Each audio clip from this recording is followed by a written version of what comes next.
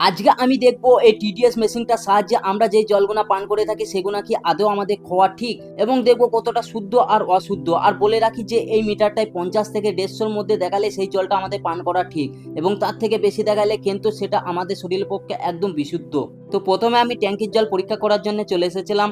জলটা নিয়ে যেই মিটারটা দিয়ে আর আমি তো অবাক হয়ে যাই, কারণ দেখাচ্ছে এখানে 224। এটা খেলে আমাদের শরীরে কতটা ক্ষতি হবে সেটা বুঝতেই পারছো। তারপর আমি পুকুরের জল পরীক্ষা করার জন্য চলে আসি, আর এই নিয়ে কিন্তু আমি লং ভিডিও আপলোড করে দিয়েছি। পুকুরের জল কত দেখাচ্ছিল সেটা জানতে এখানে ক্লিক করে ভিডিওটা দেখে নাও এক্ষুনি। তারপর আমি চলে আসি টিপকলের জল পরীক্ষা করার জন্য। তারপর দেখো মিটার কিন্তু 00 হয়ে আছে, আর আমি যে মিটারটা দিয়ে আমি অবাক হয়ে যাই, কারণ এখানে দেখাচ্ছিল ভাই 238।